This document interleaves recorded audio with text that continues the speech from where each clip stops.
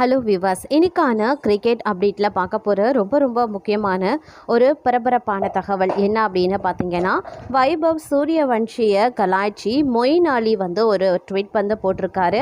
அது மட்டும் இல்லாமல் அவர் சில விஷயங்களையும் ஓப்பனாக பேசியிருக்காரு அப்படின்னு கூட சொல்லலாம். அது மட்டும் இல்லாமல் அவர் சொன்ன சில விஷயங்கள் பார்த்திங்க அப்படின்னா, சர்வதேச கிரிக்கெட் வரலாற்றில் ஒரு மிகப்பெரிய அளவில் பரபரப்பை ஏற்படுத்தி இருக்கிறது அப்படின்னே தான் சொல்லணும். அவர் என்ன சொல்லியிருக்காரு அப்படிங்கிறத பற்றின தகவலோடு இன்னும் பரபரப்பான அப்டேட்ஸை பற்றி நாம் தெரிஞ்சுக்க போகிறோம். ஸோ இந்த பதிவு உங்களுக்கு மிக பயனுள்ள விகிதத்தில் இருக்கும். வீடியோவை ஸ்கிப் பண்ணாமல் கடைசி வரைக்கும் பாருங்கள். வீடியோக்குள்ளே போகிறதுக்கு முன்னாடி இது வரைக்கும் நீங்கள் நம்ம சேனலை சப்ஸ்கிரைப் பண்ணலை அப்படின்னா உடனே சப்ஸ்கிரைப் பண்ணிக்கோங்க. அப்படியே பக்கத்தில் இருக்கக்கூடிய நோட்டிஃபிகேஷனுக்கான பெல் பட்டனையும் ப்ரெஸ் பண்ணிக்கோங்க. சரி நேயர்களே, வாங்க வீடியோக்குள்ளே போகலாம். இளம் வீரர் வைபவ் சூரியவன்ஷிக்கு வலைப்பயிற்சியில் அடிப்பது வேறு, சர்வதேச கிரிக்கெட் வேறு அப்படின்னு சுட்டி காட்டியிருக்காரு முன்னாள் இங்கிலாந்து வீரர் மொயின் அலி. 2026 ஐபிஎல் தொடரின் போது ராஜஸ்தான் ராயல்ஸ் வலைப்பயிற்சியில் சக அணி வீரர் ஜோப்ரா ஆர்ச்சரின் பந்து வீச்சு வைபவ் சூரியவன்ஷி விளாசி தள்ளியதாக கூறப்பட்டது. அதை சுட்டிக்காட்டி மொயின் அலி அவரை வம்புக்கு எடுத்திருக்காரு.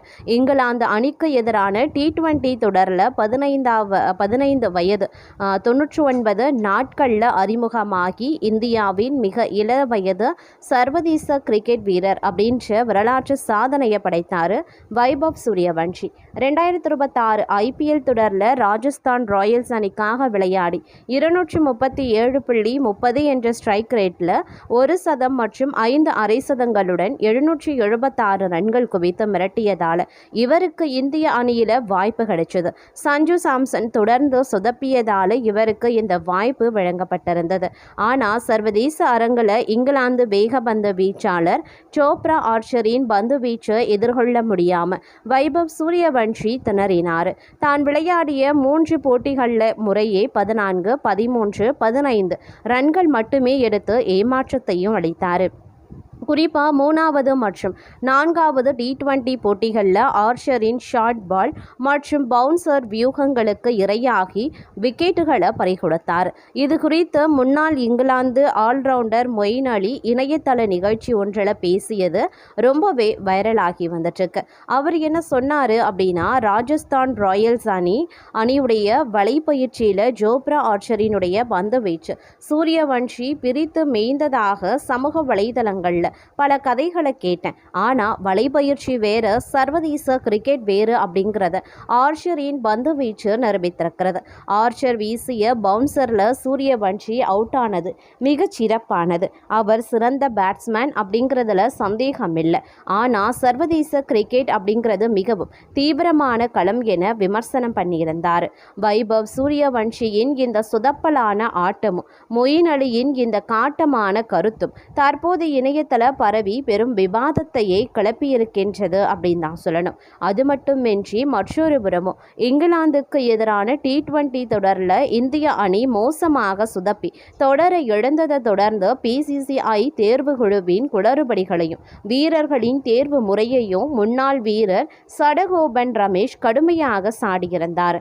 குறிப்பாக வேகபந்து வீச்சாளர் ஹர்ஷித் ராணாவின் தேர்வு குறித்து அவர் அடுக்கடுக்கான கேள்விகளை எழுப்பியிருக்கார். சில மாதங்களுக்கு முன்பு முழங்கால் அறுவை சிகிச்சை செய்து கொண்ட ஹர்ஷித் ராணா அதன் காரணமாக 2026 ஐபிஎல் மற்றும் 2026 T20 உலகக்கோப்பை தொடர்களை தவறவிட்டார்.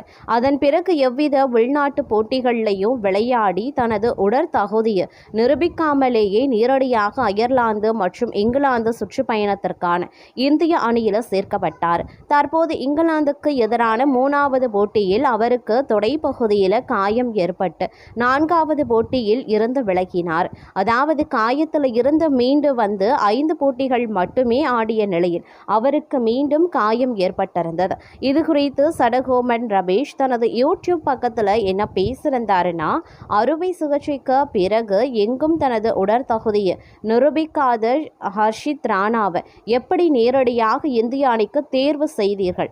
முழங்கால் அறுவை சிகிச்சையில் இருந்து முழுமையாக குணமடையாத போது அது தொடை அல்லது தசை நார் காயங்களுக்கு வழிவகுக்கும். அவர் 100% தொடர் தகுதியுடன் அணிக்கு திரும்பவில்லை என்பது இதில் இருந்தே புரிகிறது. வெவ்வேறு வீரர்களுக்கு வெவ்வேறு அளவுகோலை தேர்வுக்குழு பயன்படுத்துகிறது என்பதற்கு இதுவே ஆதாரம் என ஆதங்கத்துடன் தெரிவித்திருந்தார். மேலும் ஹர்ஷித் ராணாவுக்கு காயம் ஏற்படுவதற்கு முன்பாகவே ஜிம்பாப்வே தொடரில் இருந்து அவருக்கு ஓய்வு அளிக்கப்பட்டதை சுட்டிக்காட்டிய சடகோபன் ரமேஷ் அவரின் பணிச்சுமையை தொடர்ந்து சமாளிக்க முடியாது என்பது அணி நிர்வாகத்திற்கு முன்பே தெரிந்திருந்தது என்று கூறினார். அதே சமயம் ஹர்ஷித் ராணாவின் திறமை மீது தமக்கு எந்த சந்தேகமும் இல்லை என்றும் அவர் அயர்லாந்து மற்றும் இங்கிலாந்து தொடர்களில் 5 போட்டிகளில் விளையாடி 7 விக்கெட்டுகளை வீழ்த்தியும் இருக்காரு அப்படின்னு அவர் குறிப்பிட்டிருக்கிறாரு. அது மட்டுமின்றி இங்கிலாந்து அணிக்கு எதிரான 5வது மற்றும் கடைசி T20 போட்டியில் இந்திய அணியின் பிளேயிங் 11 அதிரடி மாற்றங்கள் செய்யப்பட வாய்ப்புகள் இருக்கிறதாக தகவல் வெளியாகியிருந்தன. குறிப்பாக தொடர்ந்து சொதப்பி வரக்கூடிய 3 வீரர்கள் அணியில் இருந்து நீக்கப்படலாம் என தெரிகிறது. இந்தியா இங்கிலாந்து அணிகளுக்கு இடையிலான 5 போட்டிகள் கொண்ட T20 தொடரின் கடைசி போட்டி ஜூலை 11 அன்று சவுதாம்பேட்டனில் நடைபெற இருக்கிறது. இதுவரை நடந்து முடிஞ்சிருக்கக்கூடிய 4 போட்டிகளின் முடிவில் இந்திய அணி 0-3 என்ற கணக்கில் தொடரை இழந்து பின்தங்கியிருக்காங்க. குறிப்பாக வைபவ் சூரியவன்ஷி, திலக் வர்மா, இஷான் கிஷான், சிவம் துபே போன்ற பேட்ஸ்மேன்களின் மோசமான ஆட்டம் பெரும் பின்னடைவை ஏற்படுத்தியிருந்தன. கடந்த 4வது போட்டியில் பந்து வீச்சிலையும் சுதப்பிய இந்திய அணி வெறும் 14 ஓவர்களிலேயே இங்கிலாந்து அணியிடம் சரண்டர் ஆனது. அப்போது 159 ரன்கள் என்ற இலக்கை நோக்கி ஆடிய இங்கிலாந்து அணி எந்த அழுத்தமும் இன்றி எளிதாக 14வது ஓவரில் வெற்றி இலக்கை எட்டியது. இந்த நிலையில் இந்த தொடரின் கடைசி T20 போட்டியில் கௌரவத்தை காப்பாற்றிக் கொள்ள இந்திய அணி ஒரு வெற்றியாவது பெற வேண்டும் என்ற நிலையில் இருக்காங்க. இந்த போட்டியில் வைபவ் சூரியவன்ஷி, திலக் வர்மா மற்றும் வாஷிங்டன் சுந்தர் ஆகிய 3 வீரர்கள் அணியில் இருந்து நீக்கப்பட வாய்ப்புகள் இருக்கிறது. வைபவ் சூரியவன்ஷி விளையாடிய 3 போட்டிகளில் வெறும் 42 ரன்கள் மட்டுமே எடுத்திருக்கார். களத்தில் அவர் பேட்டிங் செய்ய மிகவும் தடுமாறிய போதிலும் பந்தை மேலே அடிக்கவே முயற்சி செய்தார். இதனால் அவருக்கு பதிலாக சஞ்சு சாம்சன் மீண்டும் அணிக்கு திரும்ப வாய்ப்புள்ளது. அதேபோல் 4 இன்னிங்ஸ்களில் வெறும் 51 ரன்கள் மட்டுமே எடுத்திருக்கக்கூடிய துணை கேப்டன் திலக் வர்மாவின் இடத்திற்கும் ஆபத்து ஏற்பட்டுள்ளது. ஆல்ரவுண்டர் வாஷிங்டன் சுந்தருக்கு பதிலாக அயர்லாந்து தொடரில் அறிமுகமான வேகபந்து வீச்சு ஆல்ரவுண்டரான சூரியவன்ஷி ஹெட்கேவுக்கு அணியில் சேர்க்கப்படலாம். அயர்லாந்துக்கு எதிரான தனது அறிமுக போட்டியில் அவர் 1 விக்கெட் எடுத்திருந்தார். இந்திய அணியின் ஒத்தீச பிளேயிங் 11ல் இடம் பிடிக்கக்கூடிய நபர்கள் யார் அப்படின்னு பார்த்தீங்கன்னா அபிஷேக் சர்மா, சஞ்சு சாம்சன், இஷான் கிஷான், ஸ்ரேயஸ் ஐயர் கேப்டனாகவும், சிவம் துபே, திலக் வர்மா, அக்ஷர் பட்டேல், சூர்யான்ஷ் ஹெட்சே, ஹர்ஷதீப் சிங், பிரின்ஸ் யாதவ், பிரசித் கிருஷ்ணா.